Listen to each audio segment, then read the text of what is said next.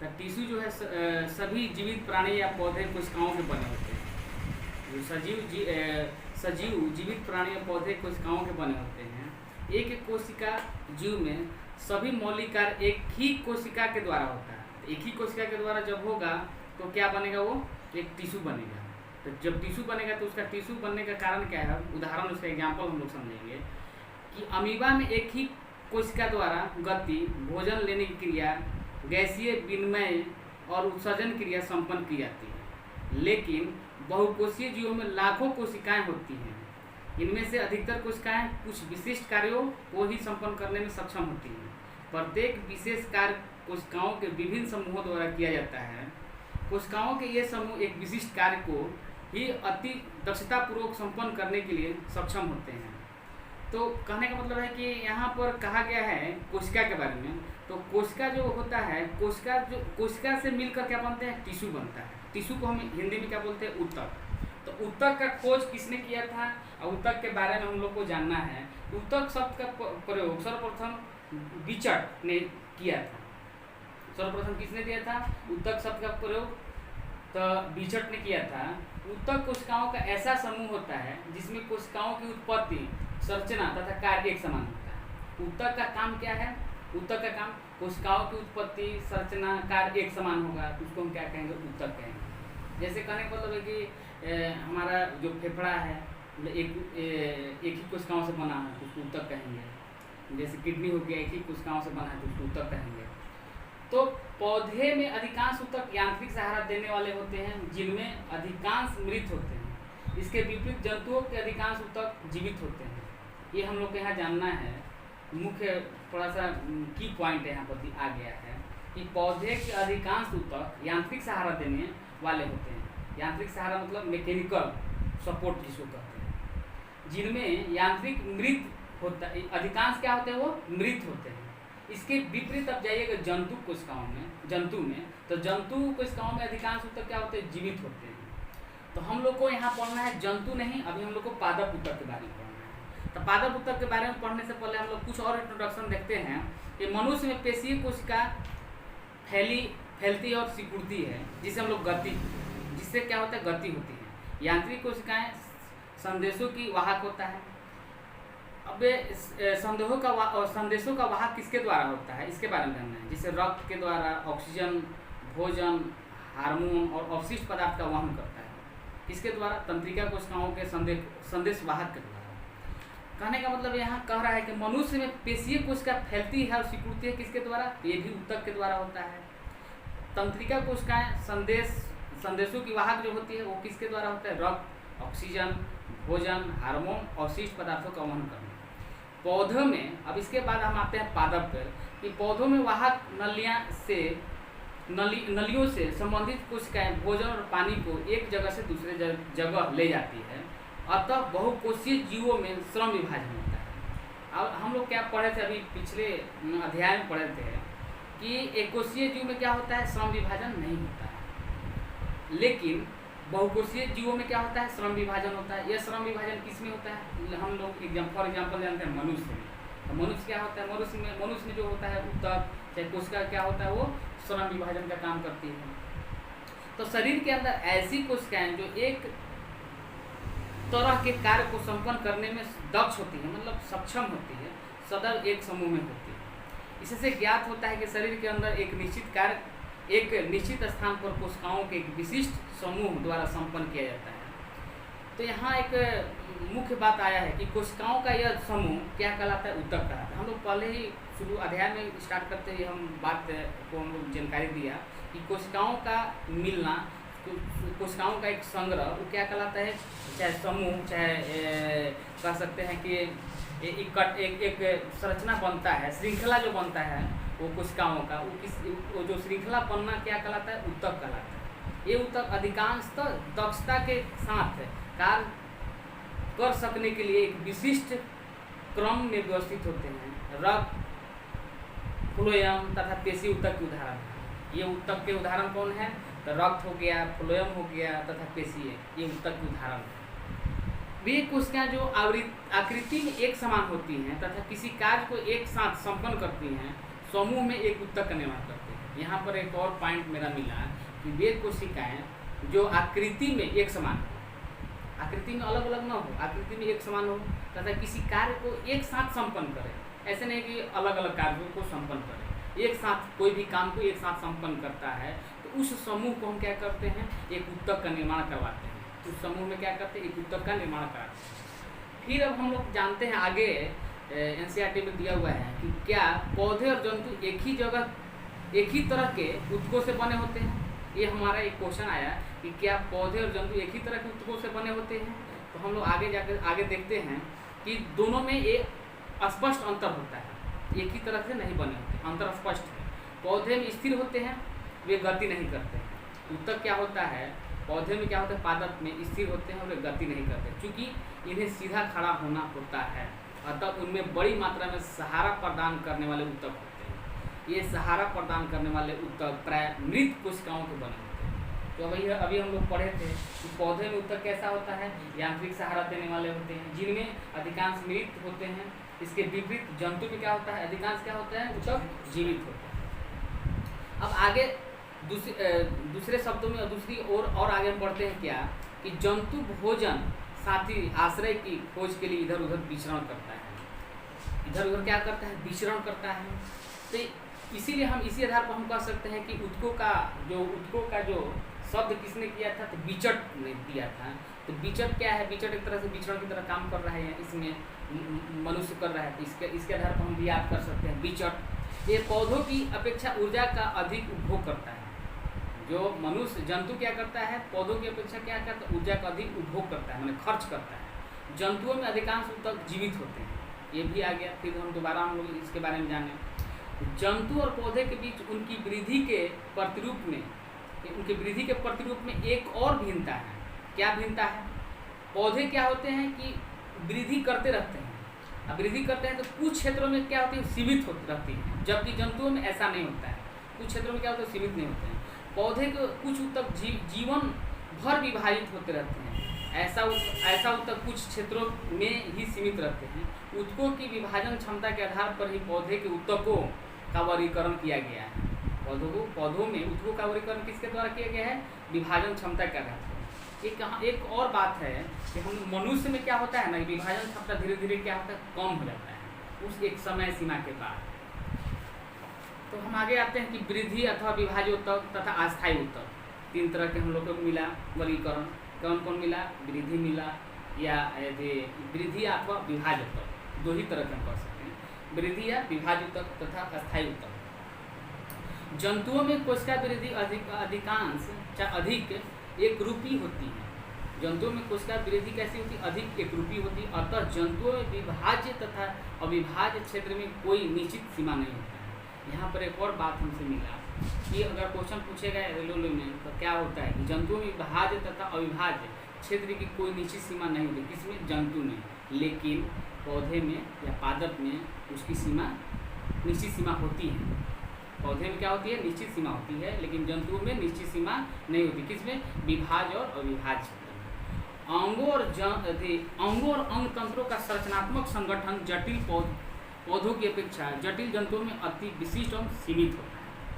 कहने का मतलब क्या कह रहा है कि अंगों और तथा अंग तंत्र, अंग जो होता है अंग और अंग तंत्र, अंग से बनता है अंग तंत्र का संरचनात्मक संगठन। जैसे हम लोग बना है कोई चीज, कोशिका से बना कोई चीज, ऊतक बना, ऊतक से बना क्या, अंग, अंग से बना अंग तंत्र।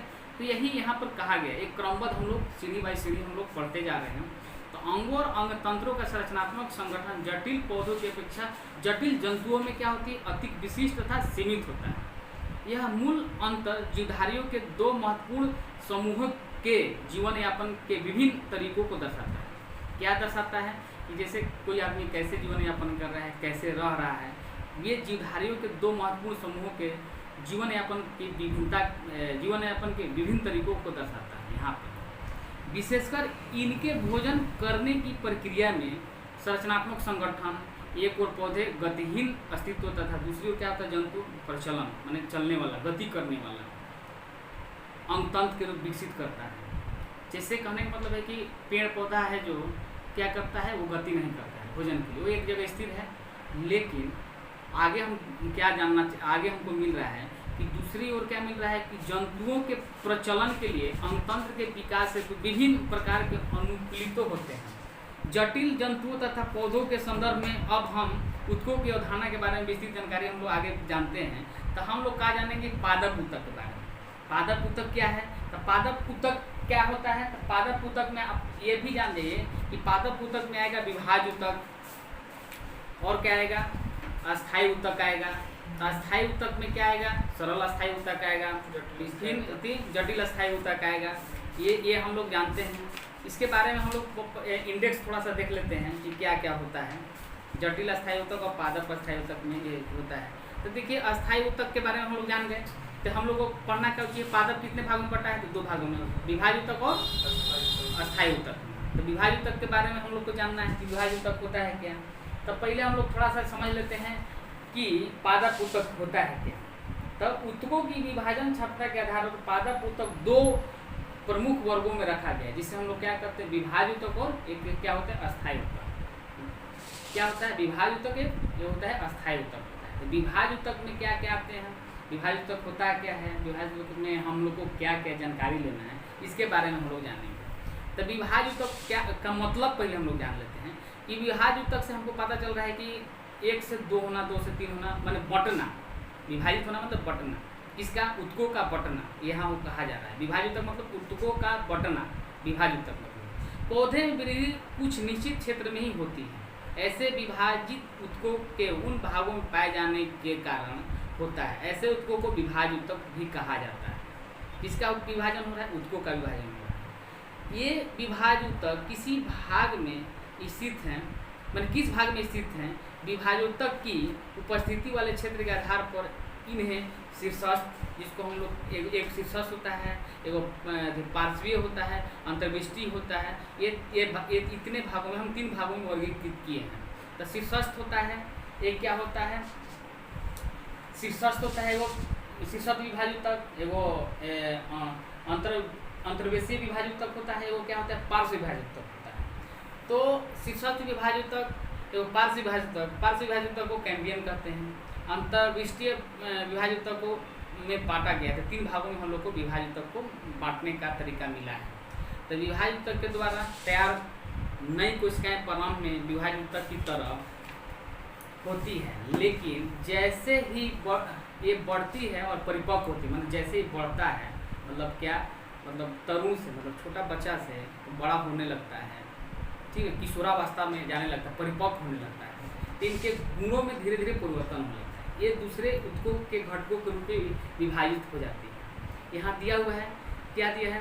ऊपरी भाग जो हम लोग देखेंगे पौधे के विभाज्य ऊतक कहाँ कहाँ होता है। तो सबसे ऊपर वाले भाग को हम लोग शीर्ष वाला भाग को शीर्षस्थ विभाज्य ऊतक कहेंगे। मध्य वाला भाग जो होता है, ये मध्य वाला भाग जहाँ आप देखेंगे इस यहाँ पर, इसको कहते हैं अंतर्विष्ट विभाज्य ऊतक, और नीचे वाले पार्श्व विभाज्य ऊतक होता है, ये वाला। ये 3 भाग हम लोग को याद रखना है। ये इससे क्वेश्चन आएगा कि ये कहाँ कहाँ होता है। तो देखिए ये कहाँ कहाँ होता है, इसके बारे में हम लोग को जानना है। अब देखिए इसके बारे में ये भी जानना है कि आखिर ये वर्क क्या करता है, काम क्या करता है। इनका मुख्य कार्य है कोशिका विभाजन द्वारा निरंतर नई कोशिकाओं का निर्माण करना, विभाजित। तो कोशिकाएं विभाजित होकर पौधे की लंबाई मोटाई को बढ़ाने में सहायता करते हैं। पौधे की जड़ तने के शीर्ष भाग पर स्थित शीर्षस्थ विभाज्य ऊतक एवं पार्श्व भाग में पार्श्वस्थ विभाज्य ऊतक उपस्थित होते हैं। तो देखिए कहने मतलब शीर्षस्थ विभाज्य ऊतक का काम क्या है, यहाँ पर हमको 2 पॉइंट मिला है। शीर्षस्थ विभाज्य ऊतक का काम है जड़ और तने को क्या करना, वृद्धि करना।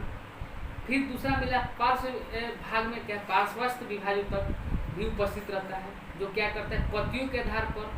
और ये पार्श्व विभाज्य ऊतक के बारे में अब आगे हम लोग को मिलेगा, उसके बारे में हम लोग पढ़ेंगे। लेकिन अभी हमको मिला है क्या, पत्तियों के आधार पर अंतर्वेशीय विभाज्य ऊतक पाए जाते हैं, जो अस्थायी ऊतकों के बीचों बीच उपस्थित रहते हैं। किसके बीच उपस्थित रहते हैं? तो अस्थायी ऊतक के बीचों बीच उपस्थित रहता है।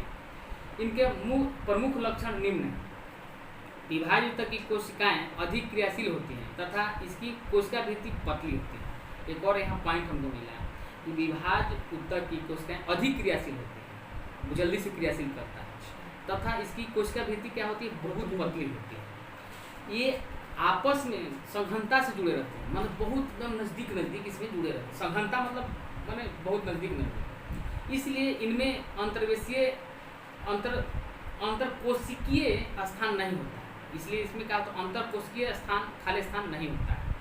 इसमें यह स्पष्ट केंद्रक, असघन एवं पर्याप्त कोशिका द्रव्य पाया जाता है। इसमें क्या पाया जाता है, किसमें विभाज्य ऊतक में क्या पाया जाता है, केंद्रक पाया जाता है, सघनता पाया जाता है और पर्याप्त कोशिका द्रव्य पाया जाता है, इसमें पाया जाता है। अब देखिए हम लोग फिर देखेंगे, फिर दोबारा हम इसको देखेंगे कि सशस्त्र विभाज्य ऊतक कहाँ होता है, अंतर्वेष्टि विभाज्य ऊतक कहाँ होता है, पार्श्व विभाज्य ऊतक कहाँ होता है। तो शीर्षस्थ विभाज्य ऊतक का काम क्या है, शीर्षस्थ विभाज्य ऊतक शीर्ष पर होता है, शीर्ष जो सिर हम लोग कहते हैं, उसी तरह से पेड़ के जो शीर्ष होता है उस पर लंबाई में वृद्धि करता है। अंतर्वेष्टि विभाज्य ऊतक जो मध्य में होता है वो क्या करता है, पर्व संधि के मध्य लंबाई में वृद्धि करता है। पर्व संधि जो नोड होता है उसके बीच को लंबाई में क्या होता है, वृद्धि करता है। जो एक नोड दो नोड हम लोग गणना के देखे हैं, जो गिरा होता है गणना में, एक नोड दो नोड को वृद्धि को करने का काम करता है। पार्श्व विभाज्य ऊतक क्या होता है, वो पौधे की चौड़ाई में वृद्धि करता है, तना में वृद्धि मैंने ऐसे वृद्धि करता है। ये लेटरल मैंने ऐसे फैलना, तो लेटरल फैलता है। ये हम तीनों का क्रिया बताए कि वो क्या क्या काम करते हैं। अब थोड़ा सा और विस्तृत हम लोग जानते हैं कि शीर्षस्थ विभाज्य ऊतक को तो हम लोग जान रहे हैं कि शीर्ष पर होता है। इसमें क्या होता है, संवहनीय एधा होता है, पौर एधा होता है। अब आइए देखिए ये क्या होता है कि ये तो ऊपरी भाग वाला था जिसको हम प्रोहा करने थे। अब आइए नीचे रूट में क्या होता है, रूट में पौर एधा होता है, मूल रोम होता है, संवहनीय एधा होता है, मूल गोप होता है, शीर्ष विभाज्य ऊतक होता है। शीर्ष विभाज्य ऊतक मतलब इसका मतलब कि जड़ में भी होता है और कहाँ होता है, ये ऊपर तना ऊपर जो फुनगी जो जिसको ऊपर शीर्ष पर भी होता है, दोनों तरफ होता है, मतलब सूट में भी होता है, रूट में भी होता है। किसका, तो शीर्ष विभाज्य ऊतक का। अंतर्वेशीय विभाज्य ऊतक, ये अंतर्वेशीय विभाज्य ऊतक पर्व संधियों में पाए जाते हैं, पर्व संधि जिसको कहते हैं, पर्व संधि में पाए जाते हैं। पर्वंत्र की लंबाई में वृद्धि उन ऊतकों की सक्रियता के कारण होती है। ये घास, जैसे ये घास, कौन घास, मैंने घास के कुल होते हैं, चावल, मक्का, गन्ना में पाए जाते हैं। कौन, ये पाया जाता है अंतर्वेशीय विभाज्य ऊतक। एग्जाम्पल में समझ लीजिए, तो जो गन्ना का चाहे मक्का का होता है, तो आप देखे होंगे, नोड देखे होंगे, गिरा देखे होंगे, दो गिरा के बीच जो चौड़ाई बढ़ता है, लंबाई बढ़ता है, तो किसके कारण बढ़ता है, ये अंतर्वेशीय विभाज्य ऊतक के कारण बढ़ता है। अब देखिए अंतर्वेशीय विभाज्य ऊतक को हम लोग में आगे और हम जानकारी लेंगे थोड़ा सा। अभी हम लोग और इसके बारे में जानना चाहते हैं कि ये क्या करता है। परवंत्र जिसको कहते हैं इंटरनोड्स करते हैं। परवंत्र किसको कहते हैं, इंटरनोड। कब, दो गिरा, जैसे ये हो गया, ये एक यहाँ हो गया, एक यहाँ हो गया, इसके बीच जो गिरा यहाँ होता है, इसकी लंबाई जो बढ़ता है, इसको इसी की यह क्या करता है, ये तो अंतर्वेशीय विभाज्य ऊतक करता है। और इसके नोड्स को वृद्धि करने में, जैसे जोन ऑफ द इल्यूमिनेशन, जो वृद्धि करता है जोन को, तो क्या करता है, ये भी करता है, अंतर्वेशीय विभाज्य ऊतक करता है। पर्व संधि जो दो गिरोह को एक जगह जोड़ रहा है, गन्ना में देखे होंगे जो गिरह बना रहता है उसको जोड़ रहा है, तो कौन जोड़ता है, तो पर्व संधि जोड़ता है। तो कौन काम करता है, तो अंतर्विभाज्य ऊतक काम करता है।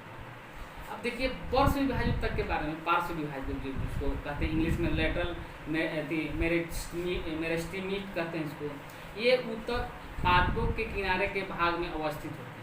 ये क्या होते हैं, ये ऊतक पादपों के किनारे के भाग में अवस्थित होते हैं। इसको हम लोग क्या कह सकते हैं, इसको हम लोग कहते हैं कैम्बियम भी कहते हैं। पार्श्व विभाज्य ऊतक को क्या करते हैं, कैम्बियम करते हैं। क्या है ये कि ये तने की परिधि या मूल में वृद्धि किसके कारण होता है, तने। ये तना हो गया, तना, तो तना में जो वृद्धि हो रहा है, अब मूल में जो वृद्धि हो रहा है वो किसके कारण से हो रहा है, ये हो रहा है कैम्बियम या पार्श्व विभाज्य ऊतक के कारण। अब आगे हम लोग जानते हैं कि जो छाल बना रहता है, जिसको हम लोग बार्क कहते हैं, पार्श्व विभाज्य ऊतक में के नीचे में क्या स्थित रहता है, कॉर्क, जिसको हम लोग कैम्बियम के रूप में हम लोग जानते हैं। जो छाल बनाते हैं उसको क्या करते हैं, कैम्बियम के रूप में हम लोग जानते हैं। ये पौधे की चौड़ाई में वृद्धि करता है। ये था हम लोग पढ़े कुछ विभाज्य ऊतक के बारे में। अब हम लोग आगे पढ़ते हैं अस्थायी ऊतक के बारे में। अस्थायी ऊतक, लेकिन थोड़ा सा विभाज्य ऊतक के बारे में और हम लोग थोड़ा सा जानकारी ले लेते हैं कि विभाज्य ऊतक में होता है क्या, कि ये कुल पौधे यदि विभाज्य ऊतक में, और हम लोग जानते हैं विभाज्य ऊतक की कोशिकाएं अत्यधिक क्रियाशील होती है। ये तो हम लोग शुरू में पढ़े। उनके पास बहुत अधिक कोशिका द्रव्य और पतली कोशिका भित्ति होती है। फिर से हम रिवीजन कर लेते हैं। स्पष्टक केंद्रक होते हैं, उसके पास राजधानी नहीं होता है। ये को ध्यान में रखना। एक की पॉइंट है कि कोशिका मैंने विभाज्य ऊतक में रसधानी नहीं होता है। क्या क्या होता है विभाज्य ऊतक में? विभाज्य ऊतक में क्या क्या गुण होता है, उसमें प्रॉपर्टीज क्या होता है? तो विभाज्य ऊतक में कोशिकाएँ अत्यधिक क्रियाशील होती हैं, उनके पास अत्यधिक कोशिका द्रव्य होता है, पतली कोशिका भित्ति होती है, स्पष्ट केंद्रक होता है, लेकिन एक चीज़ नहीं होता है, रसधानी नहीं होता है। इसके आगे हम लोग क्या जानेंगे? अब आगे हम लोग अस्थायी ऊतक के बारे में पढ़ेंगे। तो अस्थायी ऊतक होता है क्या? तो विभाज्य ऊतक द्वारा बनी कोशिकाओं का क्या होता है? जब विभाज्य ऊतक जब बन जाता है तो उस कोशिकाओं से क्या होता है, इसके बारे में जानना है। तो वो क्या होता है? वो अस्थायी ऊतक बनता है। ये अब जब एक कदम हम लोग आगे बढ़े, जब विभाज्य ऊतक से कहाँ आ गए? अस्थायी ऊतक में। तो अस्थायी ऊतक के बारे में एक क्वेश्चन यहाँ हम लोग को मिला कि विभाज्य ऊतक द्वारा बनी कोशिकाओं को क्या होता है? तो ये अस्थायी ऊतक होता है। तो एक विशिष्ट कार्य करती है और विभाज्यता होने की शक्ति खो देती है। कौन? अस्थायी ऊतक क्या होती है? विभाज्यता की शक्ति को खो देता है, जिसके फलस्वरूप वे अस्थायी ऊतक का निर्माण करती हैं। इस प्रकार एक विशिष्ट कार्य करने के लिए अस्थायी रूप और आकार लेने की क्रिया को विभेदीकरण कहते हैं। अब थोड़ा सा यहाँ की पॉइंट एक और मिला हम लोग को कि जिसके कारण जब क्या खो देता है? अस्थायी ऊतक क्या खो देता है? विभाज्यता की शक्ति खो देता है, विभाज्यता की क्षमता खो देता है। ये आप लोग को जानना है। जिसके फलस्वरूप वे अस्थायी ऊतक का निर्माण करते हैं। अगर ये विभाज्यता की शक्ति नहीं खोता तो ये क्या होता? अस्थायी ऊतक का निर्माण नहीं करता। इसी प्रकार एक विशिष्ट कार्य करने के लिए अस्थायी रूप और आकार लेने की क्रिया को हम क्या करते हैं? विभेदीकरण करते हैं। जब वो अस्थायी ऊतक विभाज्य ऊतक से क्या किस में चला गया? अस्थायी ऊतक में। तो यही क्रिया और आकार या स्वरूप लेने की क्रिया को क्या कहा गया? विभेदीकरण किया है, मैंने अलग हो गया, मैंने इससे अलग हो गया। कौन? विभाज्य ऊतक से कौन? अस्थायी ऊतक अलग हो गया। तो विभाज्य ऊतक की कोशिकाएं विशिष्टकृत होकर विभिन्न प्रकार के अस्थायी ऊतक का विकास करती है। विभाज्य ऊतक क्या करती है कि कोशिकाएं विशिष्टकृत होकर विभिन्न प्रकार के अस्थायी ऊतक का विकास करते हैं। यहाँ से एक विकास हो गया, एक यहाँ से क्या हो गया? अगला कदम बढ़ा किसमें? पादप में। पादप में कौन सा अगला कदम बढ़ा? अस्थायी ऊतक। तो अस्थायी ऊतक कितने प्रकार के होते हैं? 3 प्रकार के होते हैं। कौन कौन होते हैं अस्थायी ऊतक? बताइए आप लोग। हाँ, तो अस्थायी ऊतक होता है ना। तो हाँ, तो अस्थायी ऊतक दो प्रकार का होता है। तो कौन कौन होता है? तो सरल अस्थायी ऊतक क्या होता है? जटिल अस्थायी ऊतक। तो सरल अस्थायी ऊतक ठीक है। ये सरल अस्थायी ऊतक जो होता है 3 प्रकार के होते हैं। पहले हम अस्थायी ऊतक है वो हम सोचे कि सरल अस्थायी ऊतक हम पढ़ा रहे हैं। तो अस्थायी ऊतक कितने प्रकार के होते हैं? 2 प्रकार के। तो अस्थायी ऊतक 2 प्रकार के कौन कौन होता है? तो सरल अस्थायी ऊतक होता है, वो क्या होता है? जटिल अस्थायी ऊतक। तो सरल अस्थायी ऊतक कितने प्रकार के होते हैं? 3 प्रकार के। तो कौन कौन होता है? एक बार हम लोग इंट्रोडक्शन ले लेते हैं उसको। तो ये होता है पैरेन्काइमा, जिसको हम हिंदी में कहते हैं मृदु ऊतक। फिर होता है कोलेनकाइमा, जिसको हम लोग स्थूलकोण कहते हैं। और फिर क्या होता है? स्क्लेरेन्काइमा, जिसको हम क्या कहते हैं? हम लोग दृढ़ ऊतक कहते हैं। तो हम लोग फिर से रिवीजन कर लेते हैं। पैरेन्काइमा किसको कहते हैं? मृदु ऊतक को कहते हैं। कोलेनकाइमा क्या कहते हैं? इसको स्थूल ऊतक कहते हैं। और दृढ़ ऊतक किसको कहते हैं? स्क्लेरेन्काइमा। तो अब सरल अस्थायी ऊतक को हम लोग जानने से पहले उसके बारे में हम लोग जाने कि सरल अस्थायी ऊतक है क्या। एपिडर्मिस के नीचे कोशिकाओं के कुछ परतें होती हैं। एपिडर्मिस में क्या होता है? जो पादप होता है उसकी ऊपरी सतह। एपिडर्मिस क्या होता है? पादप के ऊपरी सतह के निचली कोशिकाओं कुछ परतें होती है, जिसे हम सरल अस्थायी ऊतक कहते हैं। पैरेन्काइमा सबसे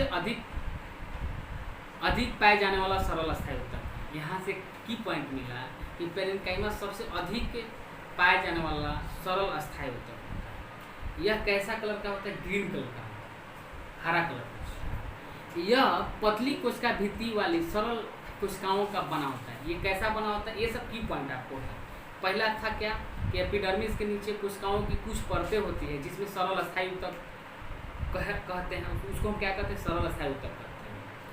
अब देखिए, पैरेन्काइमा सबसे अधिक पाए जाने वाली सरल अस्थायी ऊतक है। यह पतली कोशिका भित्ति वाली सरल कोशिकाओं का बना होता है। ये जीवित कोशिकाएं हैं। ये कैसी कोशिकाएं हैं? जीवित कोशिकाएं। ये प्रायः बंधन मुक्त होते हैं। ये बंधन में नहीं रहते, बंधन मुक्त होते हैं। तथा इस प्रकार के ऊतक की कोशिकाओं के मध्य काफ़ी रिक्त स्थान बना, मैंने खाली स्थान पाया जाता है। खाली स्थान पाया जाता है। ये देखिए, खाली स्थान पाया जा रहा है। तो ये हम इसके बारे में अभी फिर से हम लोग जानकारी लेंगे। जगह नहीं इसमें क्या होता है, जगह जो है भर नहीं पाता है ना, एकदम नई।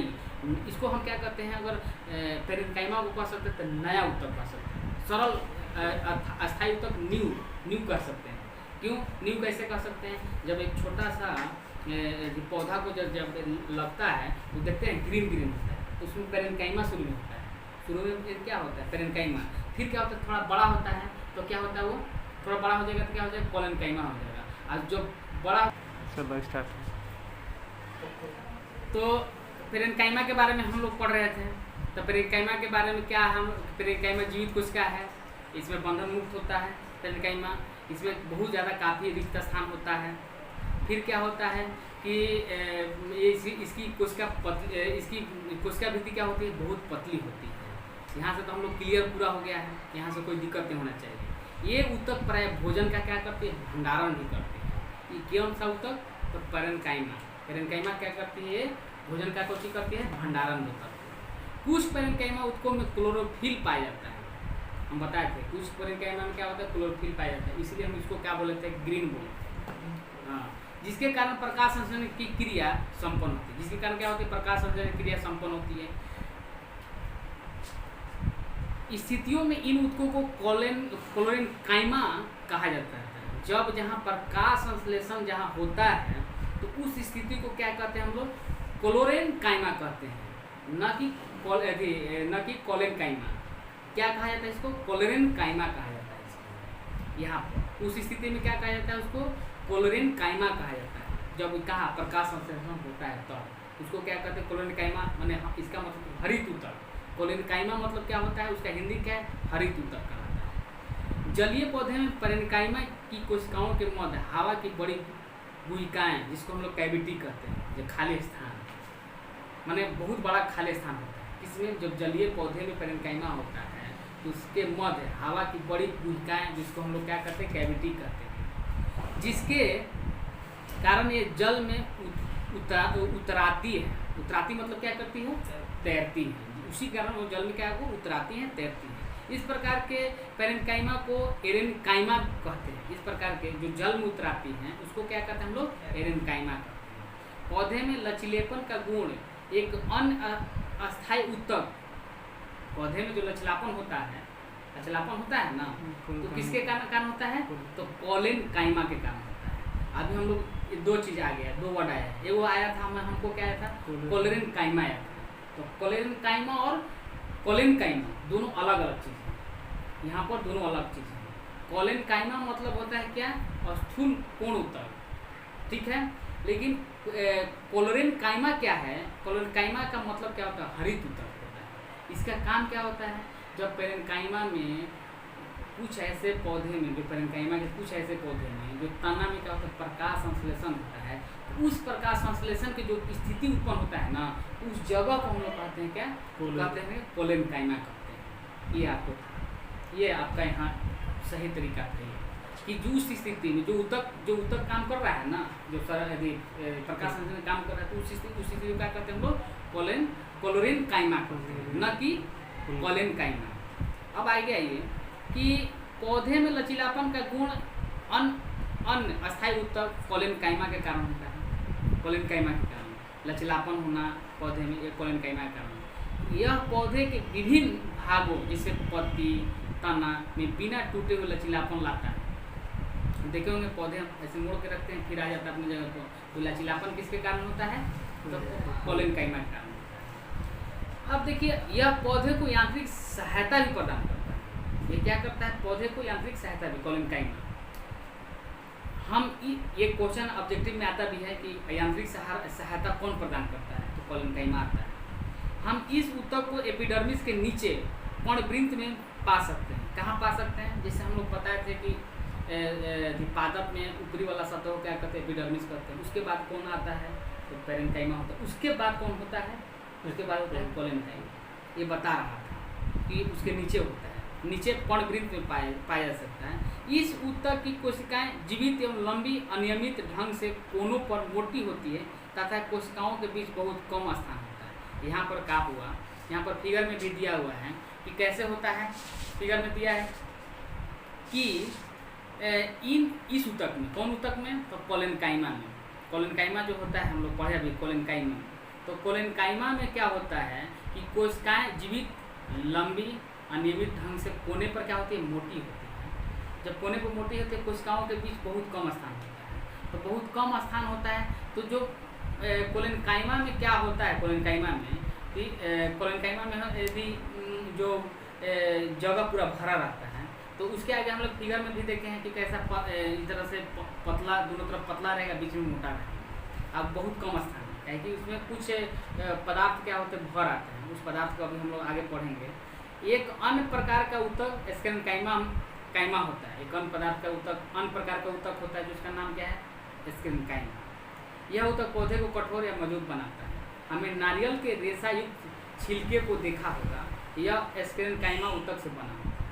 इस ऊतक की कोशिकाएं मृत होती है, ये लंबी पतली होती है क्योंकि इस ऊतक की भित्ति लिग्निन के कारण मोटी होती है। ये भित्ति प्रायः इतनी मोटी होती है कि कोशिका के भीतर कोई आंतरिक स्थान नहीं होता है।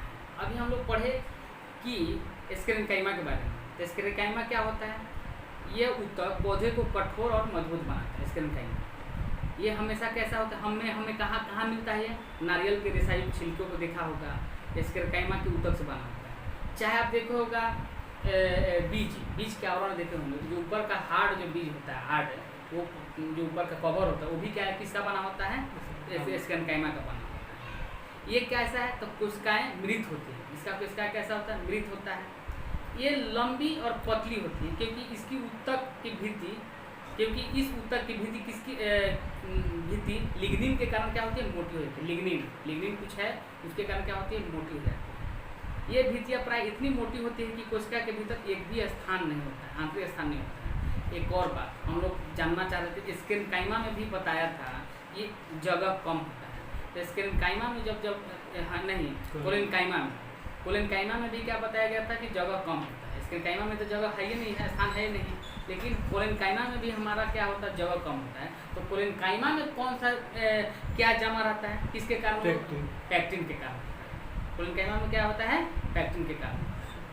तो यह ऊतक तने में संवहन बंडल के समीप पत्ती की सिराओं में तथा बीजों और फलों के कठोर छिलकों में उपस्थित है। कौन ये ऊतक, कौन सा ऊतक के बारे में अभी हम लोग पढ़ रहे हैं, स्क्लेरेनकाइमा के बारे में। स्क्लेरेनकाइमा क्या होता है, यह ऊतक तना में स्क्लेरेनकाइमा संवहनीय बंडल, जो संवहनीय बंडल जो होता है, हम लोग कुछ भोजन इधर से उधर ले जाने का जो काम करता है, उसके समीप के, ये नहीं उसमें नहीं, उसके समीप तथा पत्तियों की सिराओं में तथा बीजों और फलों के कठोर छिलकों में उपस्थित होता है। यह पौधे के भावों को मजबूती प्रदान करता है।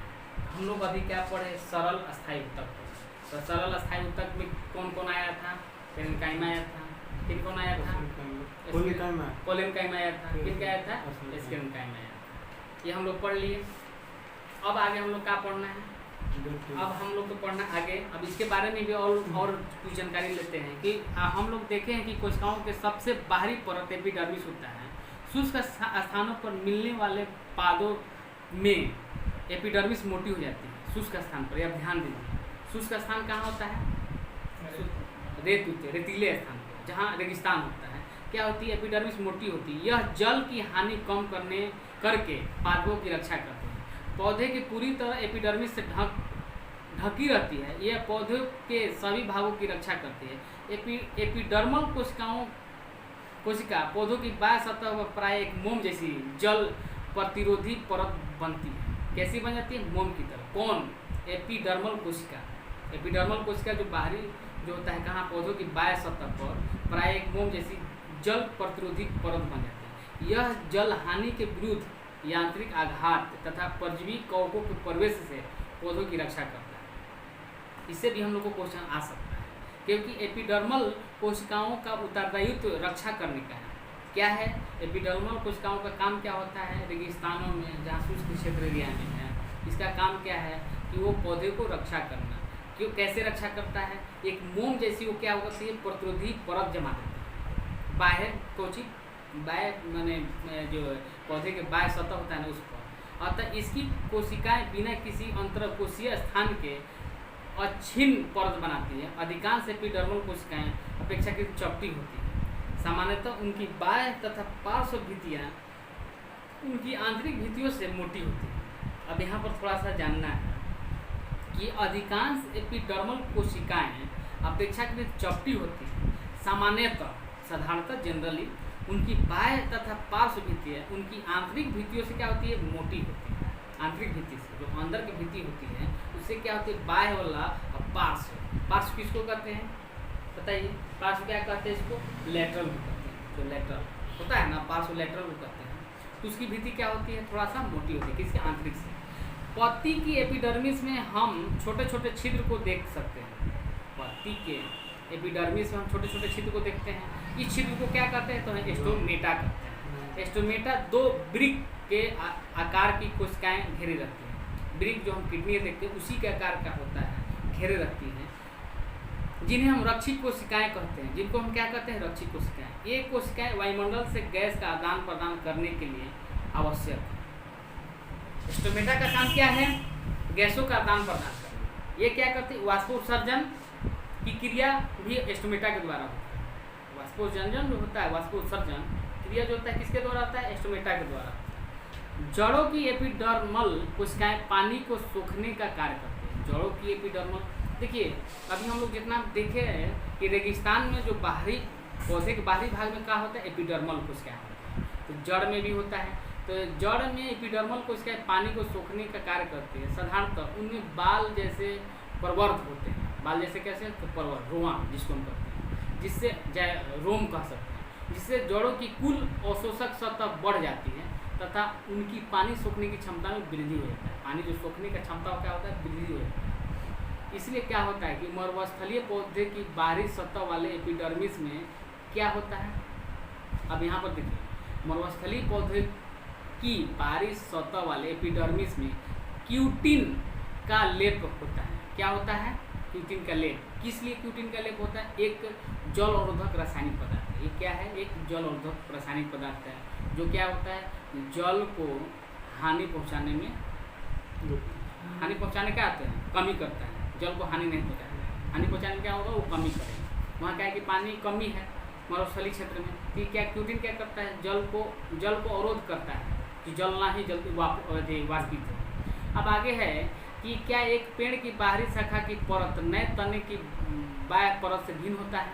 अब देखिए, नए जो शाखा है, एक नया शाखा है, एक पुराने शाखा, दोनों में क्या बाह्य परत भिन्न होते हैं। अब आगे हम लोग देखेंगे जैसे जैसे वृक्ष की आयु बढ़ती है उसके बाह्य सुरक्षात्मक ऊतकों में कुछ परिवर्तन होता है। एक दूसरे विभाजन तक की पट्टी तने के एपिडर्मिस का स्थान ले लेता है। क्या होता है कि एक दूसरे विभाजन तक की पट्टी तने के एपिडर्मिस स्थान ले लेता है। हमेशा क्या होता है, हमारा ये जो तना का रक्षित ऊतक है, जो तना का, वो क्या करता है? हमेशा विभाजित ऊतक के पट्टी जो है तने के एपिडर्मिस के रूप में स्थान लेता है।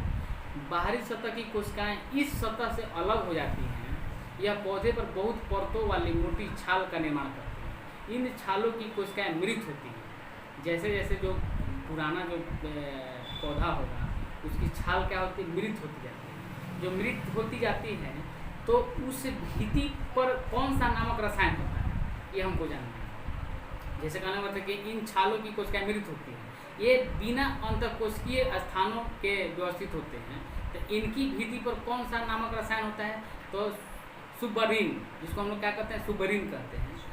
हाँ, सुबरीन कहते हैं। तो ये किसमें पाया जाता है? अब यहाँ पर देखते हैं, यहाँ पर एक क्वेश्चन निकल के आया कि सुबरीन किसमें पाया जाता है? कौन सा सरल स्थायी ऊतक में पाया जाता है? सरल स्थायी ऊतक है ना, तो किस सरल स्थायी ऊतक में सुबरीन पाया जाता है? तो हम कह सकते हैं किसमें? तो कह सकते हैं स्क्लेरेन्काइमा में। स्क्लेरेन्काइमा क्या विरुद्ध ऊतक है, इसी में पाया जाता है सुबरीन। दृढ़ ऊतक। हाँ, दृढ़ ऊतक। तो दृढ़ ऊतक होता है, मृत ऊतक भी है, दृढ़ ऊतक भी है, मृत स्क्लेरेन्काइमा है। तो जो इन छालों को हवा पानी के लिए अभेद्य बनाता है। अभेद मतलब आर पार नहीं होता है। अब देखिए आगे हम लोग पढ़ ली, क्या पढ़ ली हम लोग? सरल स्थायी ऊतक पढ़ ली। अब लोग हम जटिल स्थायी ऊतक पढ़ेंगे। तो जटिल स्थायी ऊतक क्या है उसके बारे में हम लोग को जानना है। जटिल स्थायी ऊतक कितने प्रकार के होते हैं? 2 प्रकार के। कौन कौन? जाइलम और फ्लोएम होता है। तो जटिल स्थायी ऊतक, अब तक हम एक ही प्रकार की कोशिकाओं से बने हुए भिन्न भिन्न प्रकार के ऊतकों पर विचार किए। और जाने उसके बारे में। तो जान चुके हैं और जानना भी चाह रहे हैं भी, जो कि एक ही तरह के दिखाई देते हैं। ये दोनों एक ही तरह के दिखाई देते हैं। उत्तकों का साधारण अस्थायी उत्तक, जो ऐसे उत्तकों का साधारण अस्थायी उत्तक कह सकते हैं। मतलब एक ही तरह के दिखाई देते हैं, लेकिन ऐसे उत्तकों को क्या कहते हैं? साधारण अस्थायी उत्तक कहते हैं। अन्य प्रकार के अस्थायी उत्तक को जटिल उत्तक कहते हैं। अन्य प्रकार के अस्थायी उत्तक को जटिल उत्तक कहते हैं। जटिल उत्तक एक से अधिक प्रकार के कोशिकाओं से मिलकर बने होते हैं। जटिल उत्तक किससे बने होते हैं? एक से अधिक प्रकार के कोशिकाओं से, तब ये जटिल हुआ है। एक से अधिक, अभी तक क्या होता है? एक ही प्रकार के बन रहा था, तब वो सरल बना रहे थे। अब क्या हो, एक से अधिक प्रकार की कोशिकाओं से मिलकर बना है, इसलिए क्या कहा जा रहा है? इसको जटिल उत्तक कहा है। ये सभी एक साथ मिलकर एक इकाई की तरह कार्य करते हैं। एक क्या करते हैं? एक इकाई की तरह, एक संगठन की तरह कार्य करते हैं। जाइलम और फ्लोएम इसी प्रकार के जटिल उत्तकों के उदाहरण हैं। जाइलम और फ्लोएम क्या करते हैं? इसी तरह के जटिल उत्तक के उदाहरण हैं। अब हमको जाइलम के बारे में पढ़ना है और फ्लोएम के बारे में पढ़ना है। तो इन दोनों को क्या करते हैं? संवहन उत्तक भी करते हैं। संवहन उत्तक भी करते हैं इन दोनों को। जाइलम और फ्लोएम को क्या करते हैं हम लोग? संवहन उत्तक भी करते हैं। ये मिलकर संवहन बंडल का निर्माण करते हैं। संवहन बंडल का, संवहन माने एक स्थान से दूसरे स्थान तक जाना, ये बंडल का भी निर्माण करते हैं। यह उत्तक बड़े पौधे की एक विशेषता है। यह उत्तक बड़े पौधों की एक विशेषता है, जो कि उनको स्थलीय वातावरण में रहने के अनुकूल बनाते हैं। कौन बनाते हैं? यह उत्तक। कौन है? नहीं, संवहन उत्तक। कौन सा क्या बनाता है? संवहन उत्तक। ठीक है। क्या करता है ये काम करता है कि बड़े पौधों की एक विशेषता है, जो इनको स्थलीय वातावरण में रहने के अनुकूल बनाते हैं। तने का एक भाग दिखाया गया है, तने का भाग इधर दिखाया गया है कि क्या हम संवहनी बंडल में मौजूद विभिन्न प्रकार की कोशिकाओं को देख सकते हैं? देखिए, संवहनी बंडल को दिखाया गया है यहाँ पर तने के बारे में। इसमें फ्लोएम है, इसमें क्या है? जाइलम। तो क्या है जाइलम को क्या कहते हैं? जाइलम में क्या क्या होता है ये हमको जानना है। जाइलम के भाग भी होते हैं। जाइलम में कौन कौन से भाग होता है? जिसको ट्रैकिड करते हैं। ट्रैकिड को हिंदी में क्या करते हैं? वाहिनिका बोलते हैं। वाहिनिका और वाहिका होता है। जाइलम पेरेन्काइमा होता है और जाइलम फाइबर, जो जाइलम फाइबर को रेशे से मिलकर बनता है। ये सब कितने भागों से मिलकर बनता है? 4 भागों से।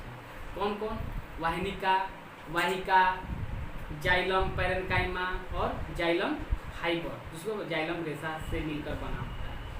इन कोशिकाओं की कोशिका भित्ति मोटी होती है। अब देखिए यहाँ पर जाइलम की कोशिका भित्ति कैसी होती है? मोटी होती है। और इनमें से अधिकतर कोशिकाएं क्या होती है? मृत होती है। जाइलम की अधिकतर कोशिकाएं क्या होती है? मृत होती है। ट्रैकिड और वाहिकाओं की संरचना नलिकाकार की होती है। कैसा होता है? नलिकाकार के, पाइप की तरह होता है। इनके द्वारा पानी और खनिज लवण ऊर्ध्वाधर संवहन होता है, माने ऊपर ले जाता है, न कि नीचे, हमेशा ऊपर ले जाता है, ऊर्ध्वाधर एक तरफ। पेरेन्काइमा भोजन का संग्रहण करता है। इसमें पेरेन्काइमा जो होता है, जाइलम पेरेन्काइमा, वो क्या करता है? भोजन का संग्रह करता है। ऐसे भी हम लोग पढ़े थे पेरेन्काइमा सरल भोजन तक में, उसमें भी हम क्या बताया गया था कि पेरेन्काइमा क्या करता है? भोजन का क्या करता है? संग्रह करता है। और यह किनारों की ओर पानी के पार्श्व संवहन में मदद करता है। ये क्या करता है? किनारे, जहाँ पेड़ का किनारा मिलने लगे, वो क्या करता है? पार्श्व संवहन में मदद करता है। फाइबर क्या करते हैं? हिंदी में रेशा करते हैं। मुख्यतः क्या काम है? यह सहारा देने का कार्य करता है। ये क्या करता है? जाइलम को सहारा देना। अब हम आगे आते हैं फ्लोएम। फ्लोएम के बारे में हम लोग जानते हैं। फ्लोएम भी क्या कितने प्रकार के होते हैं? 4 प्रकार के इसमें दिया गया। फ्लोएम के 4 प्रकार के होते हैं। चालनी नलिका, साथी कोशिकाएं होता है, फ्लोएम पेरेन्काइमा होता है, तथा फ्लोएम रेशों से मिलकर बना। ये फ्लोएम के बारे में थोड़ा क्या कौन 4 को होता है। इसके 4 प्रकार के होते हैं। चालनी नलिका होता है, साथी कोशिका होता है, फ्लोएम पेरेन्काइमा होता है और फ्लोएम रेशे से मिलकर बना। और एक और बात सुनिए, चालनी नलिका छिद्र भित्ति वाली नलिका कोशिका होती है। इसमें एक और होता है, ऐसे तो दिया है 4 प्रकार से, एक और इसमें हम जानते हैं, हम लोग ऐसे पढ़ रहे हैं। इस चालनी नलिका छिद्र भित्ति वाली तथा नलिकाकार कोशिका होती है। फ्लोएम तथा जाइलम के असमान पदार्थों को कोशिका में 2 दिशाओं में गति करता है। देखिए, फ्लोएम और जाइलम में असमान पदार्थ कौन है कि जाइलम क्या होता है, एक दिशा में जाता है, फ्लोएम क्या होता है, दोनों दिशा में जाता है।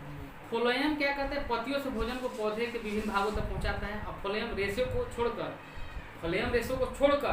फ्लोएम कोशिकाएं जीवित कोशिकाएं, फ्लोएम रेशों को छोड़कर क्या होता है, फ्लोएम कोशिकाएं क्या होती है, जीवित कोशिकाएं। ऐसे रेशा जो होता है वो क्या होता है, मृत ही होता है। लेकिन क्या होता है, फ्लोएम कोशिका तो हमेशा क्या हो, जीवित होगा, तभी तो हमारे शरीर में कुछ काम करेगा, चाहे पेड़ पौधे में। ये था।